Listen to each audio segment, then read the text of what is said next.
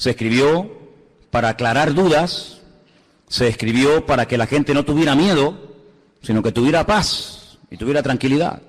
Es cierto que tenemos en nuestras manos un libro que tiene un lenguaje simbólico, un lenguaje donde a veces pues no entendemos a priori lo que nos quiere decir la palabra, porque, ya te digo, está escrito entre comillas en clave.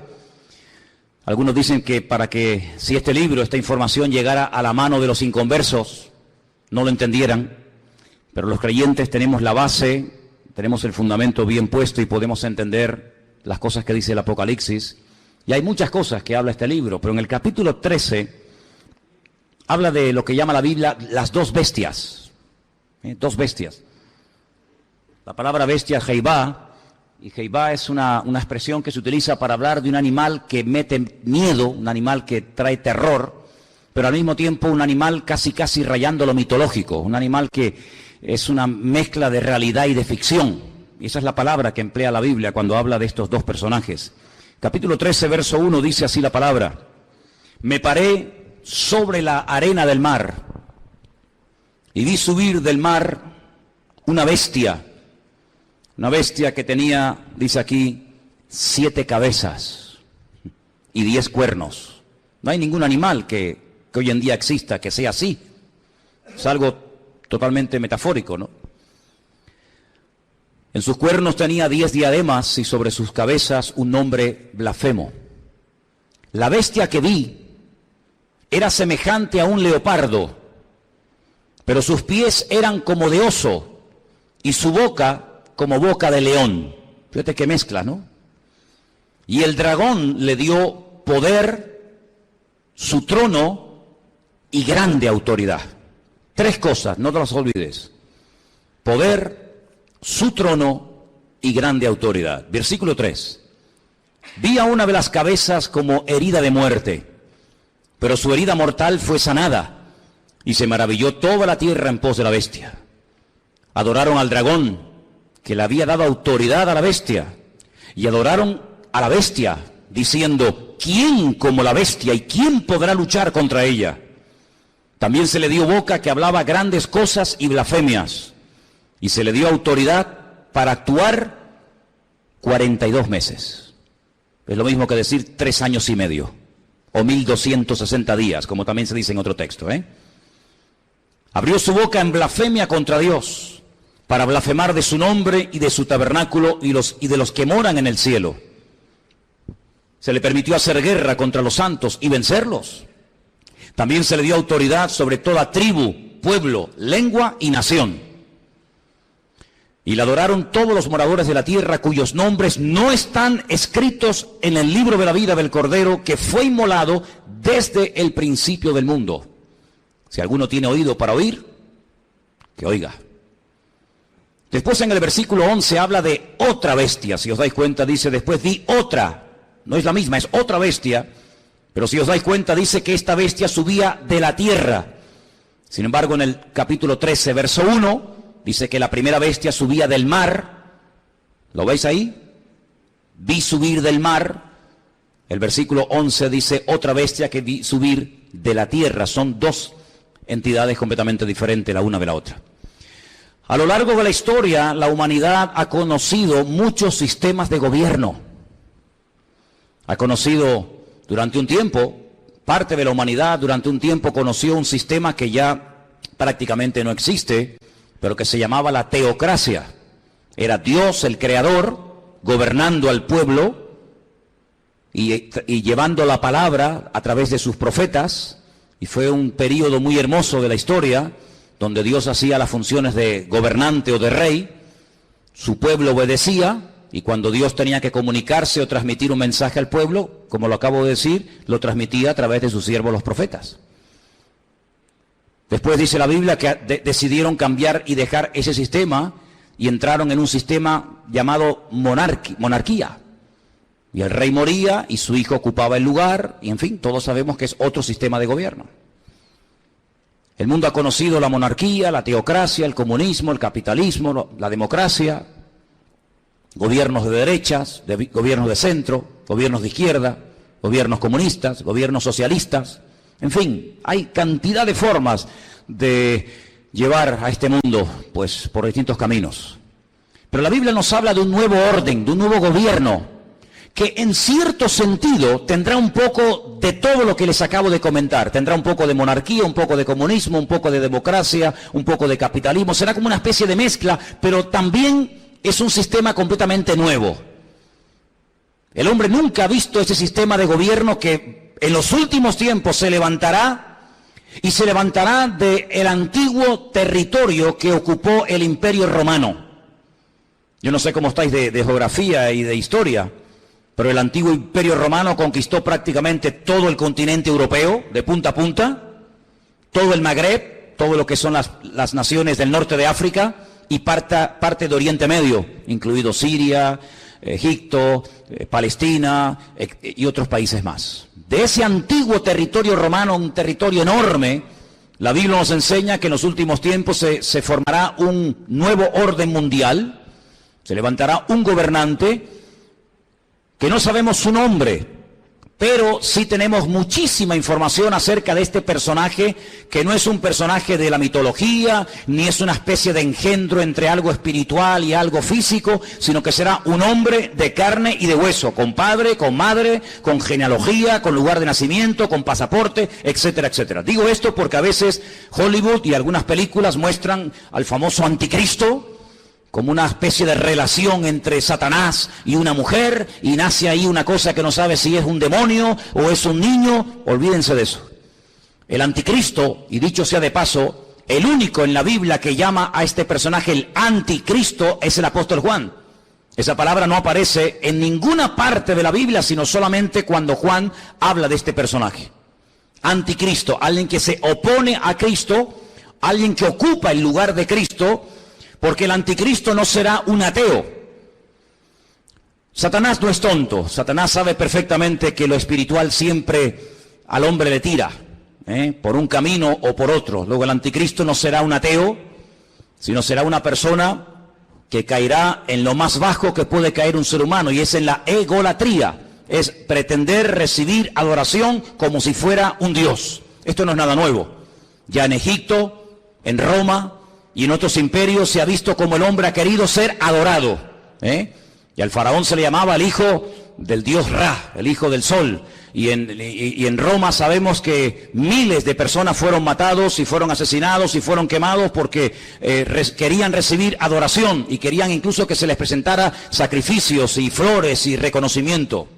Así que el anticristo será una persona que al principio, digamos que, entre comillas, respetará todos los cultos, todas las creencias, todas las religiones, todo vale, no pasa nada, pero vamos a ver cómo después la Biblia nos dice que pega un cambio, y vamos a ver cómo a lo espiritual le va a dar una importancia tremenda, porque el anticristo, que en el Antiguo Testamento se le llama God, G-O-G. Cuando usted lee, por ejemplo, los libros del profeta Ezequiel, usted se va a dar cuenta de que al que llamamos nosotros el anticristo, en el Antiguo Testamento se le llama God. Fijaros qué cosa tan interesante. Satanás, que es un perfecto imitador de las cosas que Dios hace o que va a hacer, llama a este personaje en el Antiguo Testamento God, y es un nombre que la primera y la última letra de su nombre es la misma, es la G, la Gimel en hebreo. Y suma 3, 6, 3. Un múltiplo de 666, da 66 en total. Imitando a la profecía que Dios le dio al rey David. David es otro el único nombre en la Biblia que aparece con la misma letra al principio y al final. David empieza por D, termina por D. Lo que hace el anticristo es tratar de imitar a ese futuro rey, ¿verdad?, descendiente de la casa de David, y tratando de ungir, respaldar, apoyar y ayudar en todos los sentidos a este personaje político que tendrá un poder prácticamente ilimitado. Hace unos días, varios gobernantes muy famosos de este planeta Tierra proponían el nombrar a una persona como el presidente del planeta Tierra, el presidente de la Tierra, en este nuevo orden mundial que se está fraguando. Una de las últimas ciudades con un lujo increíble que se ha construido en Kurdistán se llama Astana.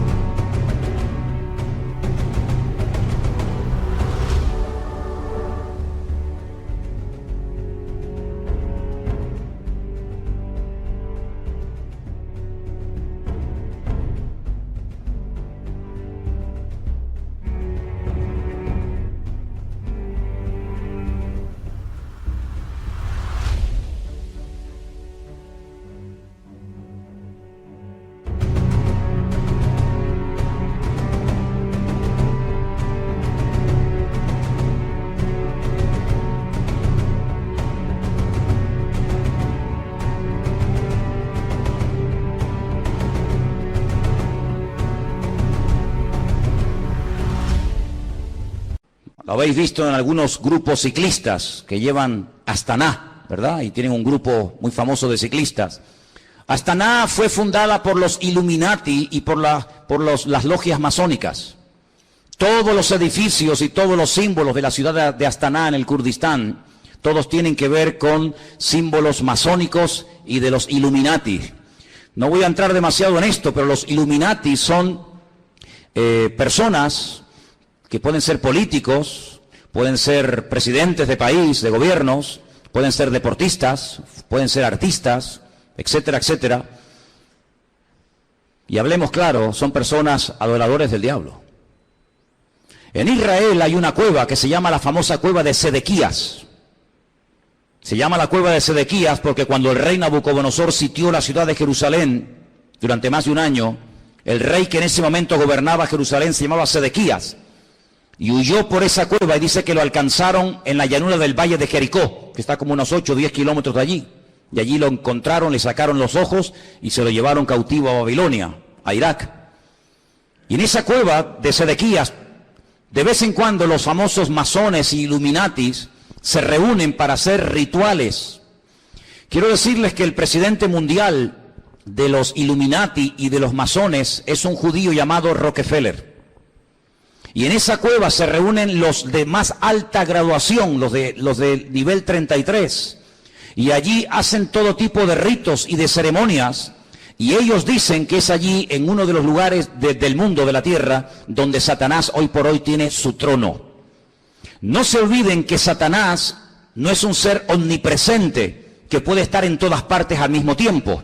Satanás no puede estar en Madrid, en Estados Unidos, en Jerusalén, en Latinoamérica. Satanás es un ser que solamente puede estar en un sitio al mismo tiempo. Se mueve en el mundo espiritual, pero no tiene omnipresencia como es un atributo divino.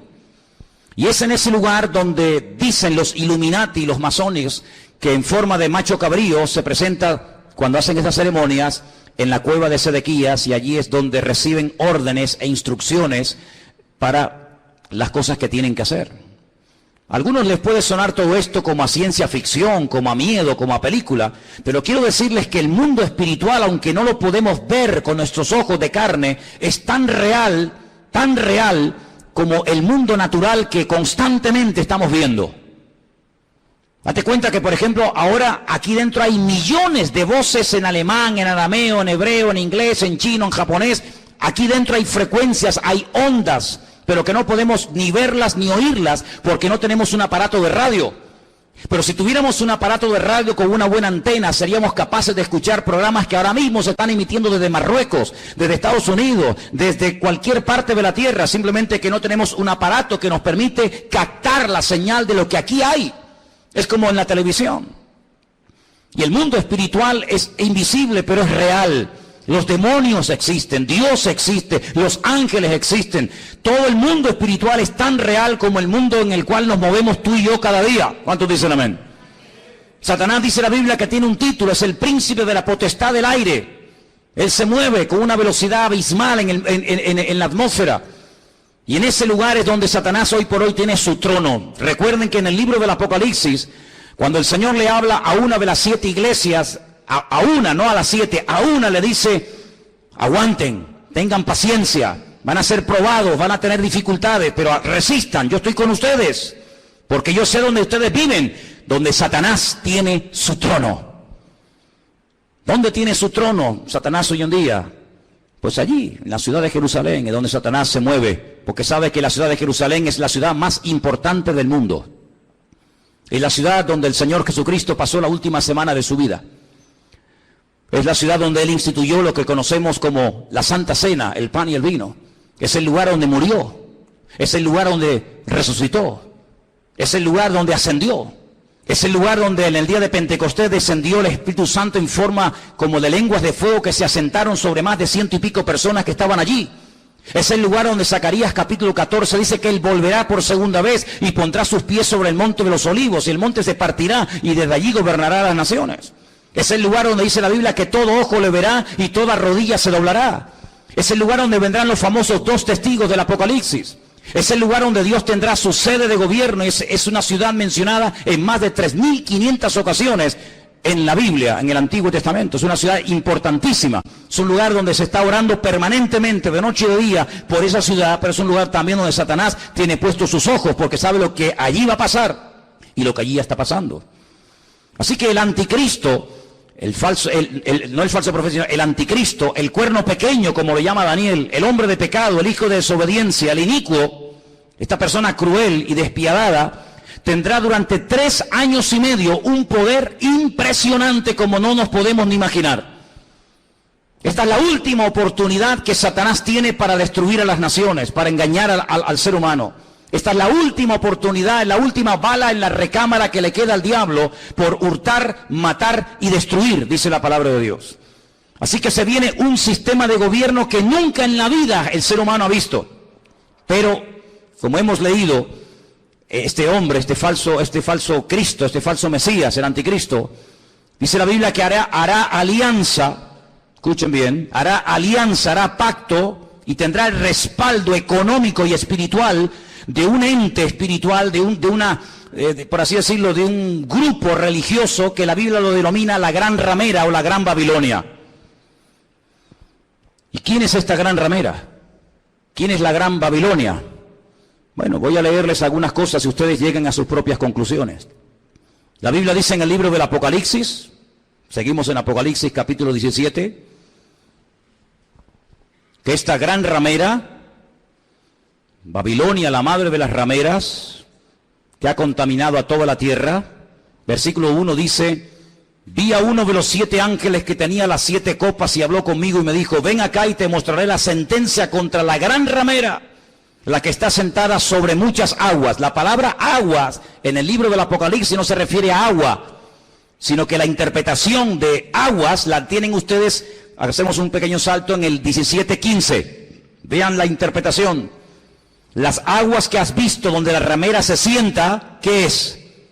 Son pueblos, muchedumbres, naciones y lenguas. Esa es la interpretación de la palabra aguas. Entonces, vino a mí uno de los 7 ángeles que tenía las 7 copas y habló conmigo y me dijo: ven acá y te mostraré la sentencia contra la gran ramera, la que se ha sentado sobre pueblos, muchedumbres, naciones y lenguas. ¿Veis cómo lo podéis entender mejor? Versículo 2. Con la cual han fornicado los reyes de la tierra y los moradores de la tierra se han embriagado con el vino de su fornicación. Me llevó el Señor en el espíritu al desierto. La palabra desierto en hebreo es Bamidbar, es el lugar donde Dios habla. En la soledad, en la quietud, en la calma, donde Dios saca a su pueblo para hablarle y revelarle cosas profundas de su corazón. Y dice que allí vio una mujer sentada sobre una bestia escarlata, llena de nombres de blasfemia, que tenía 7 cabezas y 10 cuernos. ¿Cómo estaba vestida esa mujer? Esa institución religiosa, ¿cómo se vestía? Dice que se vestía de púrpura. Interesante, ¿no? Y de escarlata. Estaba adornada de oro, de piedras preciosas, de perlas, y tenía en su mano un cáliz de oro lleno de abominaciones y de la inmundicia de su fornicación. Así se vestían sus ministros, de púrpura y de escarlata, y tenía joyas y piedras preciosas en abundancia. Ahora, analicemos hoy en día en el espectro espiritual de nuestro planeta Tierra, vayamos una por una a ver quiénes pueden ser. Por ejemplo, ¿cómo visten los budistas? Si viéramos en este momento a un budista, seguramente lo veríamos con la cabeza rapada. Veo muchos budistas en esta tarde aquí. Iría seguramente, si tiene algo de pelo, con una especie de trenza. Iría con una túnica de color naranja. Ese es el color de los ministros budistas. No usan piedras preciosas, ni mucho menos. El mundo entero, las naciones de la tierra no han fornicado con el budismo. De hecho, en muchas naciones el budismo ni ha llegado, ni sabe la gente lo que es. Para muchos, Buda simplemente es una estatua de un señor con una panza muy gorda y nada más que eso. Como visten, por ejemplo, los musulmanes. No visten de púrpura ni de escarlata. No han gobernado sobre todas las naciones de la tierra, sobre muchas sí, pero no sobre todas las naciones de la tierra. No tienen su sede, como después vamos a ver, en una ciudad más adelante. ¿Cómo visten los testigos de Jehová, los mormones? ¿Qué institución? Y no hace falta que lo digan. Se viste de púrpura y de escarlata.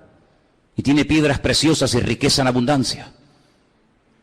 ¿Cuál es el hombre que tiene más poder de convocatoria que simplemente con hacer así te junta 1 millón de personas en décimas de segundo? Un hombre que es capaz de ir a África, a América, a Japón, a la China, a Cuba, a cualquier país de la tierra. Es el hombre que tiene más poder de convocatoria que nadie, más que Obama, más que cualquier deportista.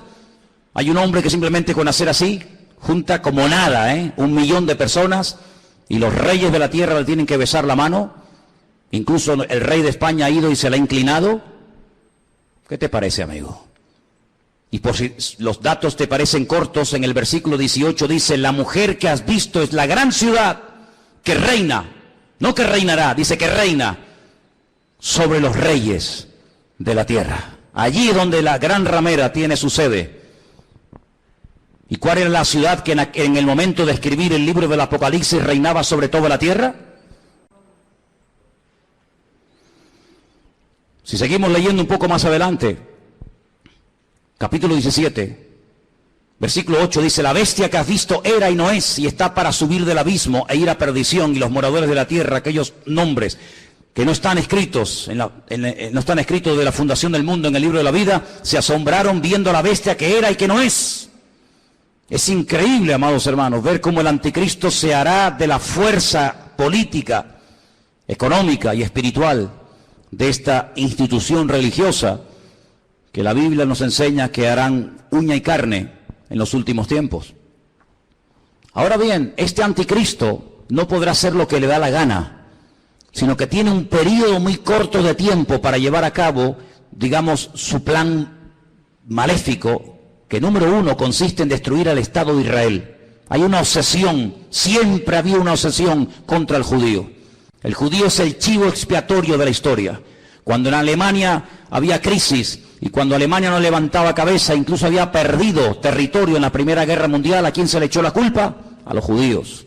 ¿Quiénes pagaron los platos rotos en la Segunda Guerra Mundial? Fundamentalmente los judíos y otras personas también, pero mayoritariamente los judíos. Cada vez que hay un problema, cada vez que hay un conflicto, la culpa la tiene el judío. Hay centenares y centenares de libros que nos hablan acerca de que si no existiera ese pequeño país que tiene tan solo 300 kilómetros de largo, 22.000 kilómetros cuadrados, un país que prácticamente es que ni se ve en el mapa, un 0,7% de la población mundial, todos los problemas del mundo se solucionarían. Pero permítame decirles que durante la Primera Guerra Mundial Israel no existía y hubo una guerra mundial. Y durante la Segunda Guerra Mundial Israel no existía y se mataron 60 millones de personas en territorio europeo y esa gente no existía, no estaban allí como pueblo.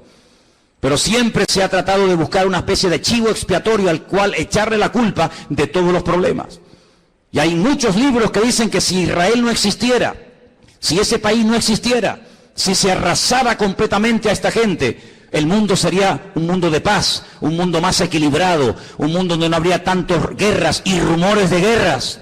Así que el primer objetivo de este personaje es ganarse la confianza del Estado de Israel. ¿Y cómo se ganará, según la Biblia, la confianza de los judíos para que durante un tiempo corto, pero al fin y al cabo un tiempo, lo apoyen? Pues muy fácilmente, permitiéndoles cumplir el sueño que todo judío tiene durante 2000 años, no lo han perdido jamás.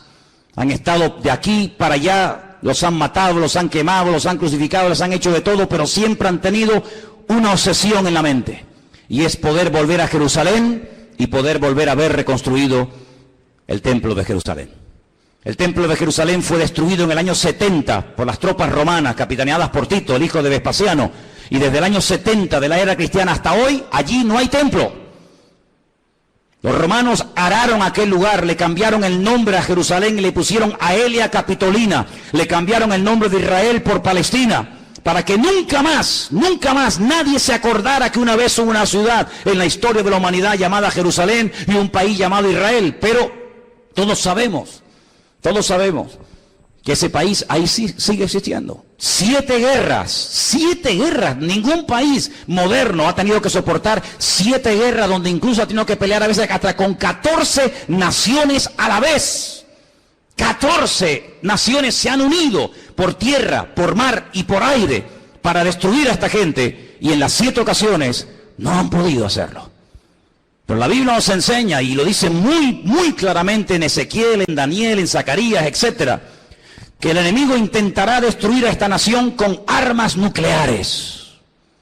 Y la palabra de Dios nos enseña que en un valle que está a las afueras de Jerusalén, llamado el Valle de Jezreel, o el Valle de Megido, se llevará a cabo una batalla tremenda que hasta la Biblia ya ha dado el nombre de dicha batalla, la famosa batalla de Armagedón.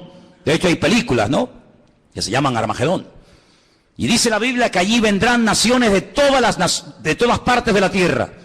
Atacarán por el norte, por el sur, por el este y por el oeste, por tierra, por mar y por aire. Y será un tiempo de angustia para Israel. La palabra de Dios nos enseña que más de 200 millones de soldados, escuchen bien, a Juan también le asombró, imagínate, nos asombra a nosotros escuchar esta cifra, imagínate a Juan hace 2000 años en la isla de Patmos escribiendo el Apocalipsis. 200 millones de soldados se unirán con un solo objetivo: destruir al pueblo de Israel. ¿Y por qué tanta obsesión por destruir a Israel? Lo he dicho muchas veces y lo vuelvo a repetir, por una sencilla razón. Porque el Dios creador, el único Dios que existe, el Dios de Abraham, el Dios de Isaac y el Dios de Jacob, ha prometido bajo juramento, con su mano levantada, que Israel nunca será destruida. Que Dios peleará por ese pueblo. A pesar de sus defectos, a pesar de su desobediencia, a pesar de su rebeldía, Dios defenderá a muerte a ese pueblo. El país, la nación, el imperio que sea capaz de destruir a Israel demostrará, número uno, o que Dios miente o que Dios no existe.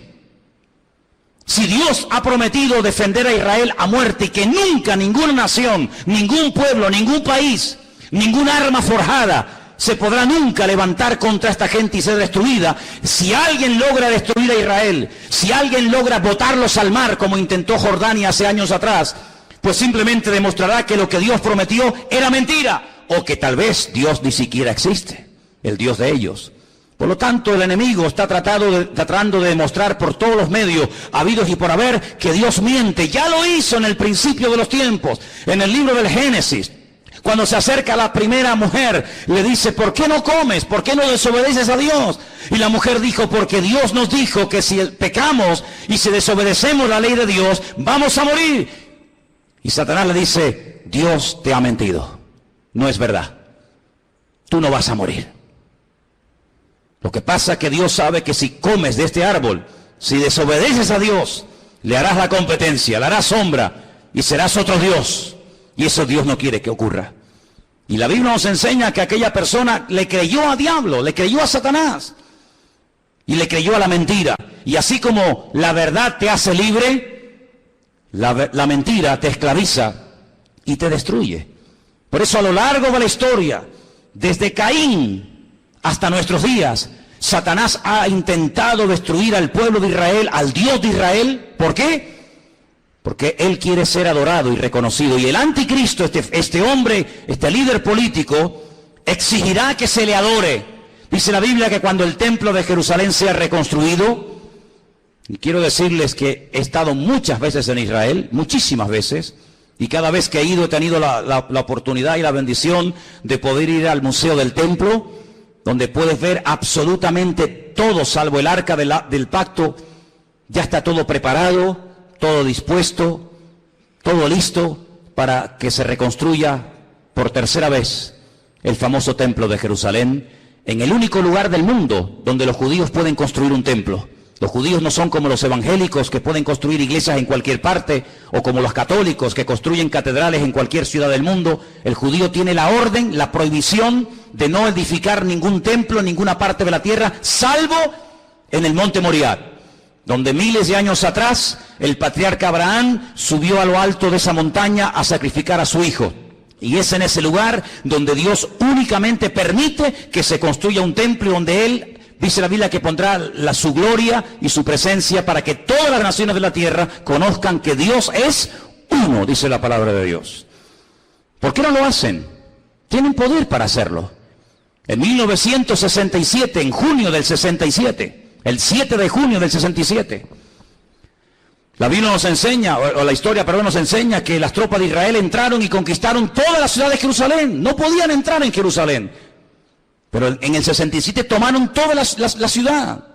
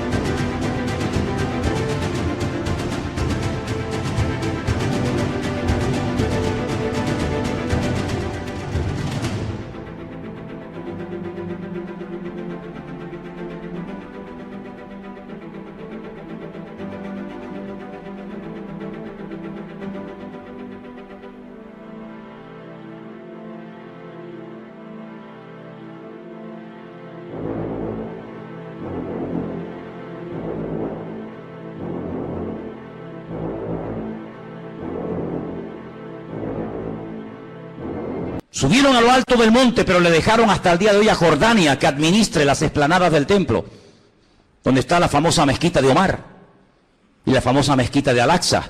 Pero es allí donde algún día, dice la palabra de Dios, que el templo será reconstruido. Y a los 3 años de ser edificado ese templo, nos dice en Tesalonicenses, justo a los 3 años, este personaje entra al lugar santísimo, lo profana, y entonces exige que todo el mundo le adore y le reconozca como el único Dios. Quiero leerles en 2 de Tesalonicenses capítulo 2, versículo 1, escuchen bien la lectura. Dice el apóstol Pablo, con respecto a la venida de nuestro Señor Jesucristo, de eso está hablando, y nuestra reunión con Él, os rogamos, hermanos, que no os dejéis mover fácilmente de vuestro modo de pensar, ni os conturbéis, ni por espíritu, ni por palabra, ni por carta, como si fuera nuestra, en el sentido de que el día del Señor está cerca. Nadie os engañe en ninguna manera, porque no vendrá sin que antes venga la apostasía, el desmadre, el descontrol total y absoluto. En ese ambiente de desmadre, de descontrol, de guerras y rumores de guerra, de crisis y más crisis, en ese ambiente se levantará el anticristo. Porque viene ofreciendo paz, viene ofreciendo seguridad y viene ofreciendo estabilidad a un mundo que entrará en caos y entrará en picado y no habrá forma de solucionar el problema. Vendrá la apostasía. Dice la Biblia que en los últimos tiempos muchos que se llaman creyentes o cristianos o seguidores de Dios o de Cristo apostatarán de la fe, llegarán a escuchar hasta espíritus engañadores, espíritus malignos, llegarán a creer en cuanta cosa rara y extraña aparezca por el escenario y se producirá un enfriamiento a nivel mundial por parte de muchos que se llaman creyentes. Dice, y el amor de muchos a consecuencia de que se ha multiplicado la maldad se enfriará. Y si aquellos días no fueren acortados, nadie se podría salvar. Dice, más por causa de los escogidos, y por ahí están los listos de turno, que siempre dicen, no, pero los escogidos son los judíos, no somos nosotros. Eso es mentira. Están engañados. Si están enseñados, están engañados. La palabra escogido es ecleto. La palabra ecleto aparece en Primera de Pedro, cuando Pedro le escribe a gentiles, no a judíos, a gentiles, y les dice, vosotros, que antes no erais pueblo, si eran judíos, eran pueblo. No, pero es que vosotros no erais pueblo, porque el único pueblo que Dios tuvo en el pasado fue Israel. Vosotros que no erais pueblo, ahora sois pueblo de Dios. Real sacerdocio, amén. Nación santa, pueblo escogido por Dios, para que anunciéis las virtudes de aquel que os llamó de las tinieblas a su luz admirable. Sí, la palabra que toma Pedro, que es ecleto, es exactamente la misma que aparece en Lucas 21 y en Mateo 24, cuando habla de escogidos. Dios tiene solo un pueblo, Dios no tiene 2 pueblos, Dios tiene un solo pueblo. Y en ese pueblo forman parte todos aquellos hombres y mujeres que han aceptado a Cristo como su Señor y Salvador personal. Punto. ¿Cuántos dicen amén? Y dice que si no fueren acortados aquellos días, pero por causa de los escogidos tiene que acortarlo, nadie se podría salvar. Entonces dice que cuando venga la apostasía, muchos, no todos, muchos se apartarán. Y estamos viendo gente que antaño predicaba el evangelio, ya ni lo predican, ni sirven al Señor, ni se congregan. Y no se asusten ni se sorprendan. Pedro dice, hermanos, no os sorprendáis como si alguna cosa extraña estuviera ocurriendo. Ya os hemos predicado, ya os hemos profetizado, ya les hemos escrito. Dice, y después de mi partida, yo procuraré que ustedes tengan memoria de esto, para que no se olviden, que muchos apostatarán de la fe, que muchos se apartarán, que muchos se olvidarán de Dios, incluso hasta lo van a renegar y lo van a rechazar. Dice que cuando venga, antes de que venga el Señor, tiene que venir la apostasía y se manifieste el hombre de pecado, el hijo de perdición. ¿Y qué hace este hombre? Versículo 4, se opone, se levanta contra todo lo que se llama Dios o es objeto de culto. No permite que haya todo tipo de religiones y todo tipo de creencias, sino que va a ser una persona que va a controlar el tema espiritual o religioso. Dice, y es de tal manera este personaje cruel, que dice que se sienta en el templo de Dios, como Dios, haciéndose pasar por Dios. Y el único templo que Dios ha tenido y tendrá es el templo de Jerusalén. Por lo tanto, la Biblia nos habla clarísimamente acerca de que el templo de Jerusalén va a ser reconstruido otra vez. Sí, hermanos, otra vez va a ser reconstruido. Aunque nos parezca extraño, nos parezca imposible. También era imposible que hace 60 años esta gente tuviera un país llamado Israel, y es posible. Ahora vosotros sabéis lo que lo detiene, a este anticristo, a este personaje siniestro, macabro. Dice, vosotros sabéis lo que lo detiene, a fin de que a su debido tiempo se manifieste. Ya está en acción el misterio de la iniquidad, solo que hay quien al presente lo detiene hasta que él, no ella, él a su vez se ha quitado de en medio. Entonces se manifestará aquel inicuo. La palabra inicuo, pues es una palabra que significa un hombre cruel, sin principios, sin moral, un salvaje, despiadado, una bestia, hasta que ese inicuo sea matado con el espíritu de la boca del Señor y lo matará el resplandor de su venida. He hecho una lista de cómo, de todas las formas que la gente moría en los tiempos de la Biblia. Tengo una lista enorme. Hay gente que murió comida por perros, gente que murió comida por gusanos, gente que murió crucificada, gente que murió apedreada, gente que murió quemada, gente que murió a palos, gente que murió clavados con un asta, empalados. Hay un montón de tipos de muertes en la Biblia, pero nadie ha muerto como morirá el anticristo. Dice que lo matará el resplandor de la venida de nuestro Señor Jesucristo. Así como el resplandor de la gloria del Señor tiró al suelo al apóstol Pablo y se convirtió y sirvió al Señor con toda su alma y con todo su corazón hasta el último minuto de su vida, el anticristo morirá no de forma natural, sino morirá por el resplandor de la gloria y de la presencia del Señor. Y dice la Biblia hasta dónde va a ser enterrado.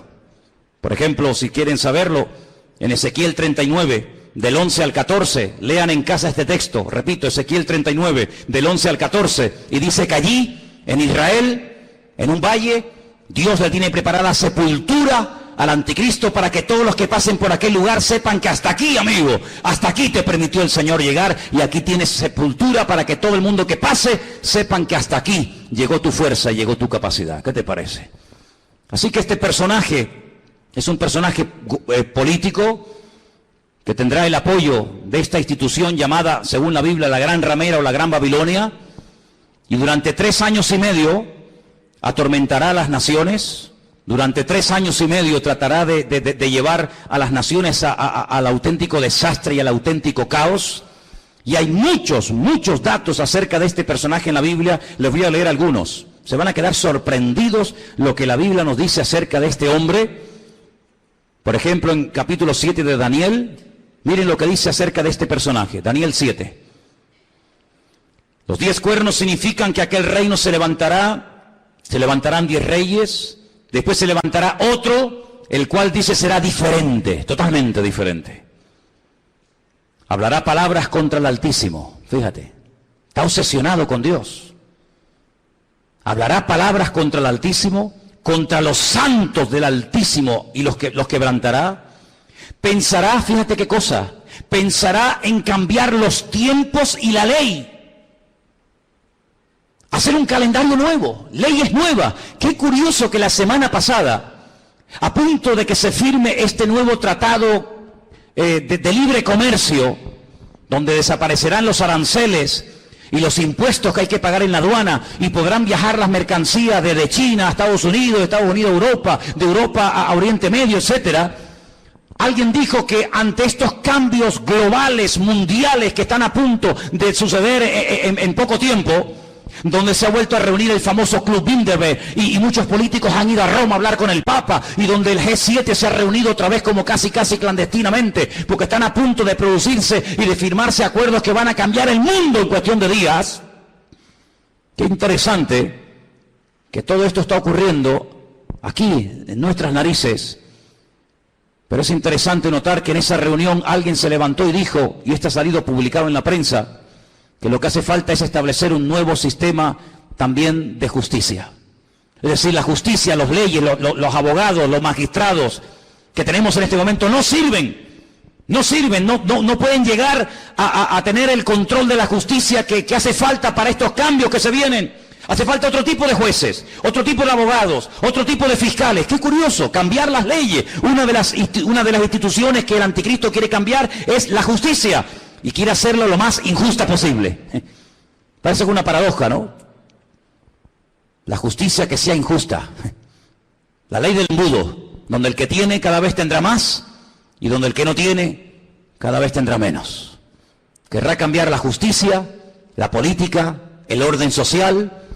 Dice la Biblia que una de las cosas que harán los que tienen poder para dictar leyes es presentar leyes terribles como si fueran buenísimas. Y leyes que han sido buenísimas, que han preservado a las naciones de la destrucción, leyes con un principio moral, leyes con un principio de perdón, de misericordia, desaparecerán, y a lo malo lo presentarán como bueno, y a lo bueno como malo. El jefe de todos los masones de Europa, Jacques Chirac, expresidente de la República de Francia, padre de la Constitución Europea, incluso ha llegado a proponer que en un ambiente de libertad, de igualdad, el ser humano puede llegar a casarse con un animal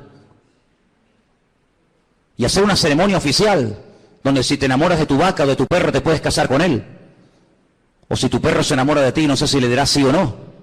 Y eso es lo que él ha llegado a proponer, que todos los seres humanos sean equiparados al nivel de las bestias, y donde un animal puede casarse con un hombre con un animal, y cosas terribles. En la Biblia nos habla de como de engendros, donde se mezcla la biotecnología, donde se mezcla lo físico, lo espiritual, y verás cosas que tú piensas que es un robot, un ser humano. Hay personas que ya están siendo operadas y se córtame las piernas y los brazos.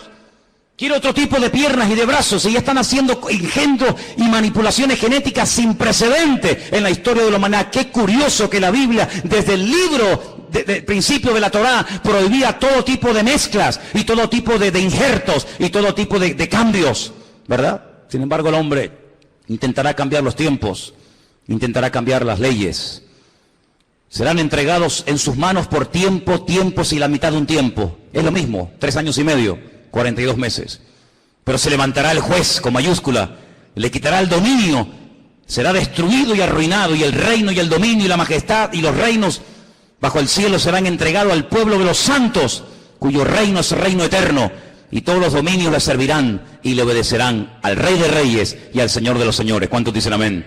Capítulo 8 nos da más datos sobre este hombre. Dice: y en cuanto al cuerno que fue quebrado, se levantaron otros 4 en su lugar. Significa que 4 reinos se levantarán de esa nación, aunque no con la fuerza de él. Estos 10 cuernos, constantemente, en esta tarde habéis oído 10 cuernos, 10 cuernos. Son 10 naciones que se van a unir en los últimos tiempos para pelear. Qué curioso que por primera vez en la historia ha habido una coalición de 10 naciones árabes que en este momento están atacando Yemen, en este momento están atacando Siria y otras naciones del Medio Oriente. 10 naciones, qué curioso, una coalición de 10 cuernos. Bueno, la Biblia le dijo a Abraham que 10 príncipes saldrían de sus lomos a través de Isaac, ¿verdad? Y dice en el capítulo 8, verso 23... al fin del reinado de estos, cuando los transgresores lleguen al colmo, se levantará un rey altivo de rostro y entendido en enigmas, imitando a Salomón, que dice que venían de todas las naciones de la tierra para hacerle preguntas difíciles, y a todo lo que le preguntaban él respondía. El anticristo tendrá una sabiduría impresionante, diabólica, pero la tendrá. No te olvides que el Señor, cuando creó a este ser tremendo, que no era en ese momento Satanás, sino un querubín, dice que lo dotó de una sabiduría espectacular, de una hermosura sin precedentes. Satanás es capaz de hablar en todos los idiomas de la tierra, de entender todas las cosas que jamás en la vida le podrán caber en el cerebro a ningún ser humano. Y todo eso se lo dará, dice la Biblia, poder, autoridad, respaldo, apoyo a este personaje. Verso 24, y su poder se fortalecerá, pero no con su fuerza propia. Causará grande ruina y prosperará. Qué curioso, por una parte causa ruina y por otra parte prospera. Qué tremendo que los que causan ruina a los demás siempre son prosperados ellos. Es interesante, ¿no? Causan ruinas, destruyen pueblos, saquean ciudades, hacen destrozo, pero estos que le arruinan la vida a millones de seres humanos, luego son los tipos más ricos del mundo. Y uno dice, ¿cómo es posible que este hombre que ha sido elegido por el pueblo, o se puso él teóricamente para ayudar al pueblo, no solamente nos complique la vida y nos arruine y nos mate, y encima el tipo este tenga fortunas en Suiza, sabe Dios dónde? Así será el anticristo. Hará arbitrariamente, es decir, hará lo que le da la gana. Destruirá a los fuertes y atacará al pueblo de los santos. Israel va a ser atacado, Israel lo sabe. En este momento solamente Irán, escuchen bien esto, solamente Irán. El otro día hubo una reunión a más alto nivel. La República iraní le dijo a Israel, si me atacas, Israel quiere atacar las centrales nucleares, porque Irán acaba de firmar un acuerdo donde permite que los observadores internacionales entren en instalaciones civiles, pero no en las militares. Insiste continuamente de que todo el arsenal que Rusia le está proporcionando de uranio es simplemente para hacerle la vida a los iraníes más fáciles, pero todo el mundo sabe, porque lo han dicho, no es nada que se oculte, porque lo han dicho, que el objetivo de ellos es literalmente hacer un festival nuclear en la ciudad de Jerusalén. Arrasar a Israel y borrarlos de la faz de la tierra. Israel se está pensando muy seriamente hace mucho tiempo atacar las bases militares nucleares. Irán le dijo, si me atacas, tengo en este momento 80.000 misiles apuntando hacia la ciudad de Jerusalén. ¿Qué te parece, amigo? Solamente Irán, sin contar otras naciones que le rodean. 120 millones de enemigos contra 7 millones. Es una desproporción muy grande, ¿verdad? 120 millones contra 7 millones. Con su sagacidad hará prosperar el engaño. Todo lo que estamos viendo de corrupción, de engaño, de ladrones y sinvergüenzas que han saqueado y robado lo que les ha dado la gana, que entran por una puerta y salen por la otra, todo esto es simplemente un pequeño botón de muestra, como preparándonos psicológica y mentalmente para lo que viene. Dice que este hombre, con sagacidad, con trampas, con triquiñuelas, con mentiras, hará prosperar el engaño, se engrandecerá en su corazón y sin previo aviso atacará y destruirá a muchos. Estoy leyendo la Biblia, no estoy leyendo nada raro, estoy leyendo la Biblia. Se levantará contra el príncipe de los príncipes, pero será quebrantado, aunque no por mano humana. Fijaros cómo el enemigo ha ido adaptando la estrategia según los tiempos. Caín, el primer asesino, se levanta y mata a su hermano Abel, pero no mató ni a su padre, ni a su madre, ni al otro hermano. Dejó a más gente viva que los que realmente mató, ¿sí o no? Qué curioso, Caín mató a uno, pero dejó vivo a más gente. Cuando pasa el tiempo, dice la Biblia que otra persona que también tiene el mismo espíritu de Caín, pero elevado a la máxima potencia, va más allá y dice, en vez de matar a uno, matemos a todos, pero solamente a los varones. Y deja a todas las mujeres vivas. Sabemos también que Moisés se salvó y etcétera. Pero fíjate, Caín mató a uno, pero dejó vivos a otros. Pero Faraón quería matar a todos los varones y la muerte iba en aumento. Pero cuando no lo consiguió, el mismo espíritu de Caín que habitó en Faraón salpicó y se apoderó de aquel rey perverso de Amán, allí en los tiempos de la reina Esther, y dijo, no solamente a los hombres, sino a los hombres, a las mujeres, a los niños, y arrasemos con todo. Es decir, que no ha ido a menos, sino que la maldad siempre ha ido a más. Siempre ha ido a más. Por lo tanto, todo lo que hemos visto a lo largo de la historia son simplemente pequeñas pinceladas de lo que le espera a esta tierra. Si saltamos al capítulo 11 de Daniel, sigue dando datos muy interesantes. Dice aquí, hará este rey según su voluntad. Se ensoberbecerá, se engrandecerá sobre todo Dios, y contra el Dios de los dioses hablará. Y dice aquí, y prosperará. Es increíble, ¿eh? Y prosperará. Por eso dice la Biblia, no tengas envidia del hombre malo que prospera en su camino. Porque a veces los malos también son prosperados, pero no por Dios. Y dice aquí, hasta que sea consumada la ira y lo que está determinado se cumpla. Ahora fíjate qué dato tan interesante. Yo sé, y algunos seguramente me lo harán notar, que en el texto original no existen palabras con mayúscula y palabras con minúscula. No existe ni en griego ni en hebreo palabras con mayúscula y con minúscula, que en nuestro idioma es muy importante, porque no es lo mismo la palabra Dios con minúscula que la palabra Dios con mayúscula. No es lo mismo la palabra Señor con minúscula que la palabra Señor para referirnos a Dios en mayúscula. En la Biblia hay un término específico para cada palabra, por lo tanto no hace falta recurrir a esto de mayúsculas y minúsculas. Pero en nuestra Biblia dice en mayúscula, del Dios de sus padres. Luego sus padres eran creyentes. Los padres del anticristo eran creyentes del verdadero Dios.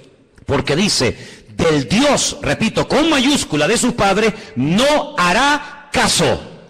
Fue criado en una educación, digamos, religiosa, correcta, con el Dios verdadero. Lo mamó en la casa con sus padres, pero dice, no hará caso de ese Dios, de esa enseñanza. Y dice algo interesante que puede tener varias interpretaciones. Ni del amor de las mujeres hará caso. ¿Quiere decir que será un homosexual? ¿Que no se casará? Interprételo usted como quiera.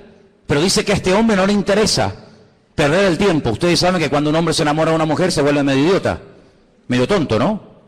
Por lo tanto, él dice, yo tengo un objetivo y si enamorarme de esta o de aquella me va a quitar mi tiempo, dice, ni hará caso de las mujeres. Increíble.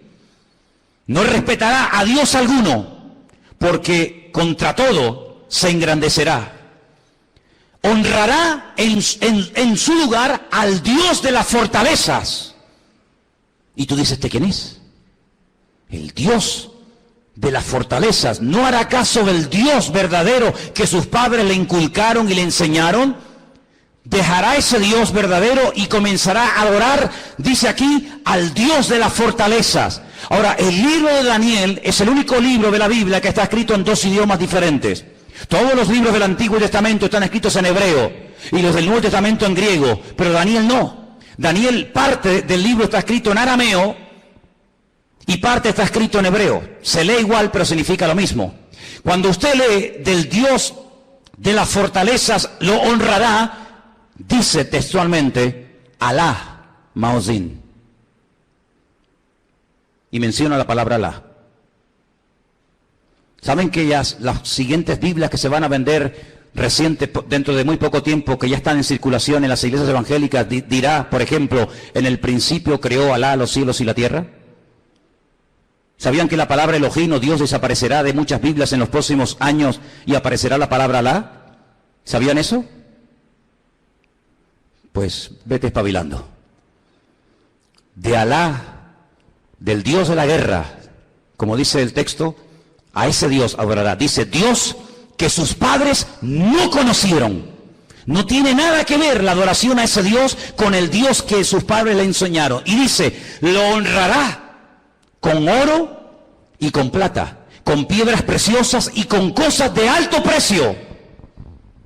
Hermanos, esto se escribió hace más de 3000 años, ¿eh? Es impresionante cómo hace más de 3000 años el profeta Daniel sabía detalles de la vida de este hombre que en aquel momento lógicamente no existía y que está a punto de aparecer. Y dice, con un Dios ajeno se hará de las fortalezas más inexpugnables y colmará de honores a los que le reconozcan y con precio repartirá la tierra. Pero al cabo del tiempo el rey del sur contenderá con él y se levantará contra él como una tempestad. También le irá mal al anticristo, no te quepa la menor duda, también le irá mal, pero durante un tiempo, aparentemente, las cosas le van a funcionar. Ante este panorama de este nuevo orden mundial, ante este panorama donde ya el famoso chic, que habéis oído y que sabéis que está por ahí por el mundo dando vueltas, donde el dinero en muchas naciones ya ha desaparecido, no es que va a desaparecer, ya ha desaparecido. En Suecia usted va con dinero y no lo puede usar, ya no se usa dinero para pagar nada en Suecia, todo es con otro sistema. Pues dice la palabra de Dios que en los últimos tiempos se va a implantar a nivel mundial un nuevo sistema comercial, donde ya no hará falta llevar dinero. Lo puede perder, se puede olvidar de él, se deteriora, se gasta, se pierde, te lo pueden robar. Sino dice la Biblia que se va a implementar un sistema que en sí es un sistema buenísimo, pero hay que ver lo que viene detrás. Y es un sistema donde dice la Biblia que nadie podrá llegar ni a comprar nada, ni a vender absolutamente nada, ni un litro de leche, hermano, ni una barra de pan en la panadería, ni nada de gasolina para el coche. Nadie podrá, bajo ningún concepto, comprar ni vender, a menos que lleve implantado en su cuerpo un microchip, como el que llevan los perros, hace muchos años, donde simplemente con un aparatito, cualquier veterinario del mundo sabe cómo se llama ese perro, dónde vive, si está vacunado, si no está vacunado, cómo se llama el dueño, dónde vive y qué hace y qué no hace. Es un pequeño microchip alimentado con una pequeña pila de litio implantado en la piel, de tal manera que usted en cualquier momento puede llegar a una ferretería, a una carpintería, a una farmacia, a donde quiera, simplemente usted pasando su mano, automáticamente le descuentan de su cuenta bancaria lo que supuestamente usted puede tener. Así no tiene problema de que nadie le robe, de que nadie le quite nada. Y usted dirá, pero eso es una locura. No es ninguna locura. Muchísimos soldados del ejército norteamericano, muchísimos multimillonarios ya le están poniendo a sus hijos esta especie de microchip. ¿Por qué? Porque tiene muchas ventajas, aparentemente. Y es que usted está localizado 24 horas del día, aunque esté metido en un submarino bajo tierra o bajo el mar. Usted está localizado permanentemente, porque los satélites captan esa señal, captan esa radiofrecuencia en cualquier lugar donde usted se encuentre. ¿Cómo podía saber Juan, un pescador de Galilea, hace 2000 años atrás, en un pequeño país llamado Israel, que algún día en el mundo, en el planeta Tierra, habría un sistema tan sofisticado, donde la gente ya no usaría dinero para comprar, ni para vender, ni para viajar, sino que simplemente llevando ahí una especie de chip en la mano, pasándolo por una especie de escáner o de máquina, la gente podría llevar una vida normal? ¿Cómo podía ese hombre saber eso hace 2000 años? No lo sabía. Dios se lo dijo. Y Dios se lo reveló. Porque aquí el que controla el pasado, el presente y el futuro es nuestro Dios. Y el Apocalipsis está escrito en pasado. Porque esa es una de las características del tema profético en la Biblia. Que el futuro se cuenta en pasado. Y por eso dice la Escritura que para conocer el futuro hay que conocer el pasado. Porque el que no conoce lo que Dios ha hecho no sabrá nunca lo que Dios hará en el futuro. ¿Qué podemos hacer los que nos llamamos cristianos o queremos ir en serio con el Señor ante este panorama? Bueno, es interesante notar que una de las profecías que se tenía que cumplir en los últimos tiempos es que el río Éufrates, saben que Irak está bañada por dos grandes ríos, el Éufrates y el Tigris. Es una de las zonas donde estaba el famoso jardín del Edén. Llegaría un momento que se tendría que secar para que tropas del norte, dirigidas por Rusia, vinieran en dirección a la tierra gloriosa, entrando por los famosos altos del Golán, en el norte de Israel. Bueno, pues Siria construyó hace ya muchos años una presa que deja totalmente seco el río Éufrates, así, en cuestión de minutos. Eso está profetizado también en el libro del Apocalipsis. La palabra del Señor nos enseña que los tiempos se acortan, y dice Mateo capítulo 24 lo que tenemos que hacer en estos tiempos los creyentes, y te lo leo. Mateo 24, del 37 en adelante, presta atención a lo que dice la palabra. Dice así: como en los días de Noé, así será la venida del Hijo del Hombre. Como en los días de Noé. ¿Cómo eran los días de Noé? ¿Cómo era su generación, sus vecinos, sus amigos? ¿Cómo vivía la gente en aquellos tiempos? Dice la Biblia que había violencia y agresividad por todas partes. No piensen ustedes que se vive tan tranquilo en todas partes de la tierra como de momento vivimos aquí. Muchos de los que están aquí pueden dar testimonio de que naciones hermosas y tremendamente ricas, es muy difícil hoy por hoy vivir en ellas debido al alto índice de muerte, de destrucción que hay. La gente tiene miedo a salir a las calles. Dice la Biblia que llegará el momento en el que la gente más pacífica, aquella chica que cuando caminaba dice que ni siquiera se atrevía a poner el pie en tierra, de lo delicado y de dulce que era, ten cuidado porque se te puede llegar a convertir en tu peor enemigo. Donde los padres serán capaces de entregar a sus hijos, donde los hijos serán capaces de traicionar y de vender a sus padres, etcétera, etcétera. Como los días de Noé, violencia, agresividad, perversión, algo impresionante. Si nos metiéramos a dar datos de la cantidad de perversión que hay con niños, con jovencitas en muchas partes del mundo y muchas muy cerca de aquí, nos quedaríamos realmente sorprendidos de ver cómo hemos superado con creces a las famosas ciudades de Sodoma y Gomorra. La perversión ha llegado a unos niveles indescriptibles. Sigo leyendo en el versículo 38. Porque como en los días antes, días hermano, no años, días antes del diluvio, ¿qué hacían? Comían, bebían, se casaban, se daban en casamiento hasta el día en que no entró en el arca. ¿Cómo es posible que está a punto de venir un diluvio, que vamos a morir todos como ratas, que no hay escapatoria? Y te estés casando, pero ¿casando para qué? Si mañana vamos a morir todos. Y haciendo negocios a largo plazo, y haciendo inversiones, y comprando, y vendiendo, y comiendo, y bebiendo, cuando te quedan 20 horas de vida. Oye, si tú supieras, dime la verdad, hermano y hermana, si tú supieras con toda seguridad que te queda una hora de vida, ¿qué harías? Dime qué harías. ¿Llamarías ahora a tu hijo, a tu hija? ¿Harías algo? No, todavía queda mucho tiempo, sí. Esa actitud de diferencia, de decir, bueno, no hay tanta prisa, tampoco es para tanto, no exageres tanto, Manolo, que todavía queda mucho tiempo, que soy muy joven, que queda mucha vida por delante, sí, también al que enterré ayer le quedaba mucha vida por delante, y con 44 años recién cumplido el lunes, ahora está, donde todos sabemos que está, toda la vida le quedaba por delante, claro, un chaval con 44 años, pues, hombre, pues imagínate tú lo que puedes vivir, casi otros 40 años más, pues no, se acostó a las 9 de la noche, y a las 7 de la mañana, su vida se apagó. ¿Qué te parece? Días antes del diluvio, Noé estuvo predicando y diciendo a la gente, viene el diluvio, que Dios va en serio, Dios te ha dado oportunidad, otra, y mañana, y pasado, y nada, y no hacían caso. Así será la venida del Hijo del Hombre. Dice, no entendieron. Oye, ¿no te ha pasado? Gente inteligente, gente con más o menos un mínimo de cultura, un mínimo de, no sé, de luz, que tú le hablas de cualquier cosa y todos lo entienden. Le hablas de política, 3 horas hablando de política. Le hablas de fútbol, va, pero yo te cuento. Le hablas de lo que quieras. Tocas el tema de la Biblia. Tocas el tema del Señor y son los más torpes del mundo. Y un tío tan listo, un tío tan sabio, un tío tan espabilado, un tío que se ha buscado la vida, toda la vida, de todo entiende y de todo sabe. Lo dejas en el desierto y el tío sobrevive. Lo dejas en el Himalaya y el tío se busca la vida. Cuando le hablas del Señor, no entiende nada.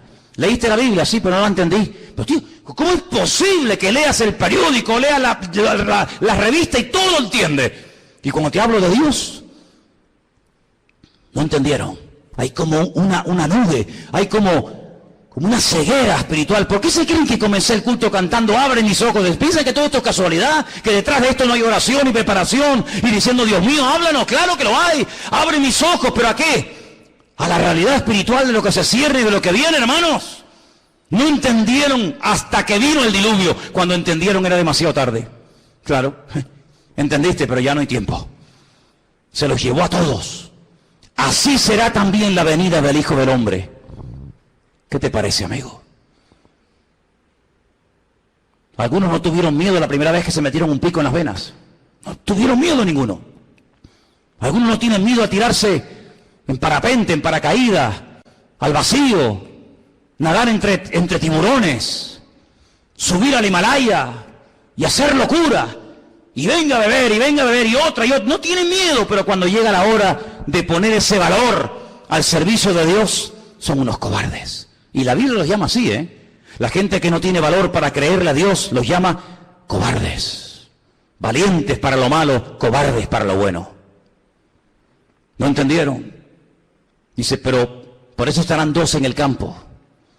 Uno se va y otro se queda. Dos mujeres estarán moliendo en un molino, la una será tomada y la otra será dejada. Y ahora viene la palabra, escúchala, velad, velad, porque no sabéis a qué hora. Es verdad, pero tal y como están las cosas, la hora no la podemos saber, pero ¿qué quieres que te diga? Viendo todas las piezas del puzzle, uno las va juntando por aquí, las va juntando por allá, lo que oye por aquí, lo que oye por allá, lo que me cuenta fulano, lo que yo he leído, lo que me han contado, lo que yo veo tal, y va juntando y dice, Dios mío, nos queda poco, la hora imposible, pero el Señor está cerca. ¿Cuántos lo saben? Sabed esto, que si el padre de familia supiera que hora el ladrón va a venir, velaría y no dejaría minar su casa. Lógico. Si yo sé que esta noche a las 3 de la mañana me va a venir alguien a robar la casa, yo no duermo. Yo no duermo. Yo no lo voy a recibir como una Biblia, ¿eh?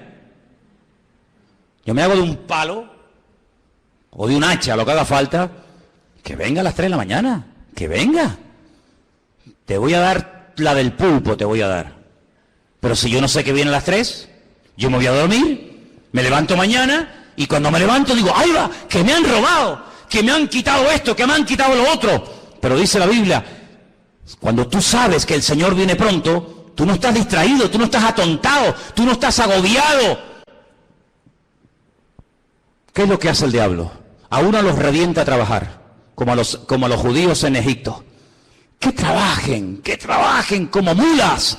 Así no piensan, así van a llegar a la noche a la cama rendidos. Pero el diablo también a otro le dice, no trabajes tanto. ¿Para qué trabajar tanto? Y los tiene todo el día ociosos, sin pegar palo al agua, y entran en depresiones. Se aburren, comienzan a tontear con esta, a tontear con el otro, mensajitos a este, mensajitos al otro. Entonces los dos extremos. O te revienta a trabajar para que no tengas tiempo ni para orar, ni para leer la Biblia, ni para congregar. No, estoy muy cansado, no puedo, no es que no tengo tiempo. O te lleva al otro extremo y dice, no pegues un palo al agua, no seas tonto. Y estás todo el día buscando un juguetito en lo que entretenerte. ¿Qué te parece? El diablo no es tonto, ¿eh? El diablo no es tonto. Sabed esto, que si el padre supiese a qué hora habría de venir, velaría y no dejaría mirar su casa. Por lo tanto, tenéis que estar preparados, porque el Hijo del Hombre vendrá a la hora que no penséis. ¿Cuántos dicen amén? Os voy a dar una cita para que la leáis tranquilamente en casa. Se titula El Anticristo. Está en Primera de Juan 2, del 18 al 24. El Anticristo. Una de las características de este hombre, ¿cuál será? Ahí está. Primera de Juan 2, del 18 al 24. Algunos dirán, bueno, pero cuando, hermano, las cosas se pongan feas, difíciles, cuando empiece a ocurrir todo esto, los creyentes no vamos a estar, ¿no? Entonces, ¿para qué se escribió la Biblia? Si no vamos a estar, ¿para qué se escribió? Tanta tinta, tanto libro, tanta literatura, tanta advertencia, tanta profecía, tanto mensaje. Si al final no vamos a estar, está perdiendo el tiempo. Es que se escribió tanto para que el pueblo de Dios no fuera sorprendido. Alguien dijo hace 150 años, escucha bien esto, hace 150 años, alguien dijo, tranquilos hermanos, cuando empiecen las persecuciones, cuando empiecen las matanzas, cuando empiece el mundo a ponerse difícil y duro, el Señor arrebatará su iglesia y aquí no estaremos ninguno. Esto lo dijeron hace 150 años. Es decir, durante 2000 años los creyentes se han estado preparando para servir al Señor a las duras y a las maduras, con persecución o con aplausos. Pero claro, por ahí cayó en buena tierra, entre comillas, la enseñanza de que los creyentes no iban a estar en tiempos de persecución. Sin embargo, nuestros hermanos de Irak, de Siria, de Corea del Norte y de tantas y tantas naciones que están muriendo quemados, vivos, apaleados, crucificados, degollados como si fueran animales, ¿son ellos creyentes o no? ¿Estarán ellos en pecado y por eso Dios les paga así? Cuando dice la palabra de Dios que los mártires nos tienen que dar ejemplo a todos y a cada uno de nosotros. Por lo tanto, velemos y oremos, porque las cosas no van a ir a mejor. Todo esto de pactos, que si Podemos, que si el PP, que si... Hay algunos que son tan ingenuos, Tan tontos que creen que todo se va a solucionar a base de habla, que te habla y promete y te doy, y tú aquí y tú allá. El Señor dice, la maldad se multiplicará y le sorprenderá a todos, me da igual del signo que sean, como los dolores a la mujer que está a punto de dar a luz, dice, y no escaparán, sino que vendrá sobre ellos la destrucción repentina. Nosotros no tenemos la confianza puesta en el PP, yo por lo menos no, a lo mejor alguno aquí sí. Yo no confío ni en el PP, ni en el PSOE, ni en Ciudadanos, ni en el otro, ni el Melena, yo no confío en ninguno de ellos, porque todos son hijos del diablo. ¿O no? ¿O no? Porque estás conmigo o estás contra mí. ¿Cómo voy a poner yo mi confianza en el hombre? ¡Maldito el hombre que confía en el hombre! Nosotros ponemos nuestra confianza en el Señor, Dios Todopoderoso. Él no nos va a fallar.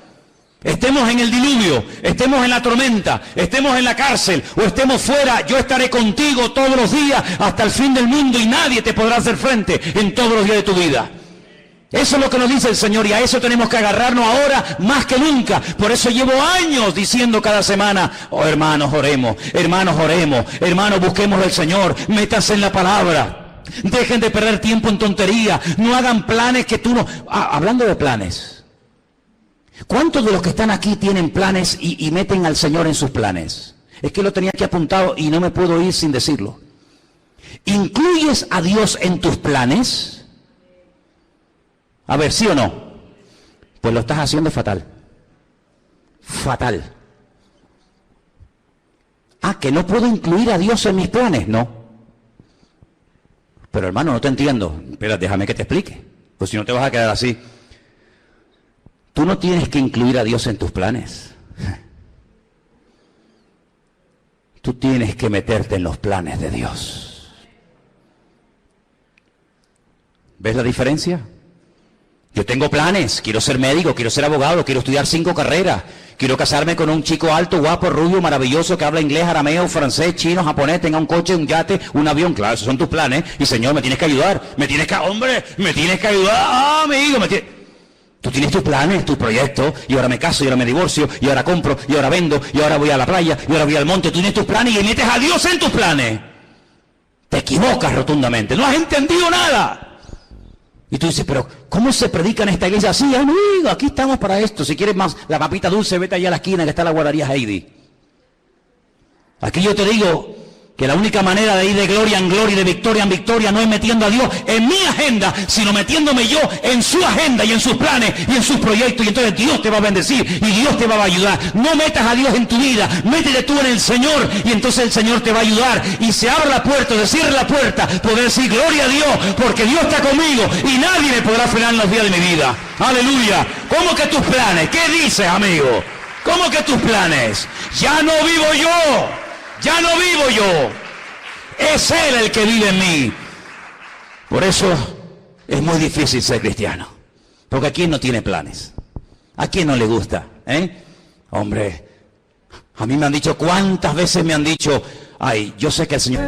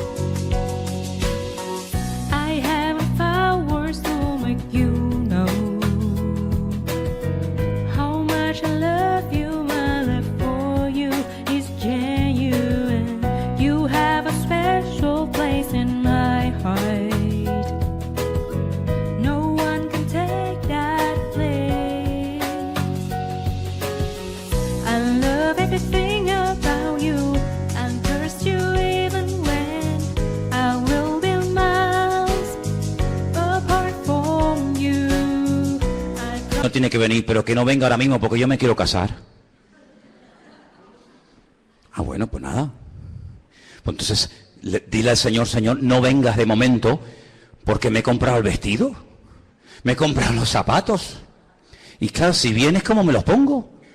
Esa es como me dijo a mí una chica cuando inauguramos esta iglesia hace 14 años atrás. Tuvimos culto sábado y domingo. Y el sábado le dije, mira, cantas tú y tú, y el domingo cantan otras hermanas Y me dice, no, hermano, yo canto el sábado y el domingo. Digo, no, tú cantas el sábado y otro el domingo. Que no, digo, hombre, ¿cómo no? Vamos a ver. Y digo, pero tú, ¿por qué tanto empeño en cantar también el domingo? Y me dice, porque me he comprado 2 vestidos. Me he comprado uno para el sábado y otro para el domingo. Y si no canto el domingo no me van a ver el vestido nuevo. Y yo le dije, pero tú vienes aquí a la iglesia para presumir de vestidos. Porque si vienes aquí a aparentar y a presumir, aquí te sobra el sitio, hija. Así que ahora no vas a cantar ni el sábado ni el domingo, mira lo que te digo. Pues aquí no venimos a verte a ti. Aquí venimos a adorar al Señor. Y cogió y se fue. Se fue a cantar donde le aplaudían. Pero aquí al único que aplaudimos, y le pido que ahora le deis un aplauso a Él, es al Rey de Reyes y al Señor de los Señores. A Él sea la gloria por los siglos de los siglos. Amén. A Él solamente. Aleluya. Fuertes aplausos a nuestro Dios, hermano. Amén, amén, amén. Aleluya. Amén. Nada más que a Él. Todo lo demás sobra. ¿Cuánto tiempo va a reinar el anticristo? ¿Cuánto tiempo va a estar este personaje, este tipejo? ¿Cuánto tiempo? Lo hemos leído. Tiempos y la mitad de un tiempo. 42 meses, 1 año y medio. 3 años y medio. ¿Eso es lo que va a durar? 3 años y medio. ¿Pero cuánto va a durar el reino de nuestro Dios? Por los siglos de los siglos. Amén. Sí, tú tendrás tu tiempo de gloria, como muchos que ves en televisión, de plató en plató, de programa en programa. Parece que pasa un tiempo y desaparecieron. Cierra tus ojos, hermano. Empápate de la Biblia. Métete en el Señor. Y dile al Señor, yo haré en la vida lo que tú quieras. Solamente lo que tú quieras. La vida cristiana no es hacer lo que yo quiero y usar a Dios para mi beneficio personal. No. Eso no es vida cristiana, eso se llama religión. Eso es religión, donde yo hago lo que me da la gana y Dios está a mi servicio 24 horas al día en lo que yo quiera y en lo que yo pida. Eso es religión. Donde yo pongo las normas, donde Él está para servirme a mí. Evangelio es, yo no tengo planes. Yo soy un siervo en las manos de Dios y yo haré y me casaré o no, y compraré o no, iré o no, a donde Dios quiera. Eso es el Evangelio. Lo otro es religión. Y por eso, amados hermanos, yo le digo a todos los jóvenes que están aquí esta noche, muchos de ustedes que se están matando estudiando, pregúntale al Señor si eso es lo que Dios tiene para tu vida. Porque si eso es lo que Dios tiene para tu vida, gloria a Dios, qué bueno.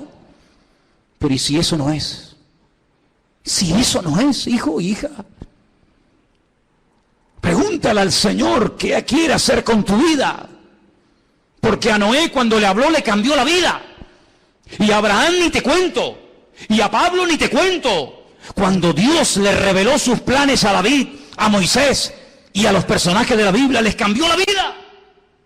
Ya no se podían dedicar a cualquier otra cosa, porque Dios tiene planes. Claro que los tiene.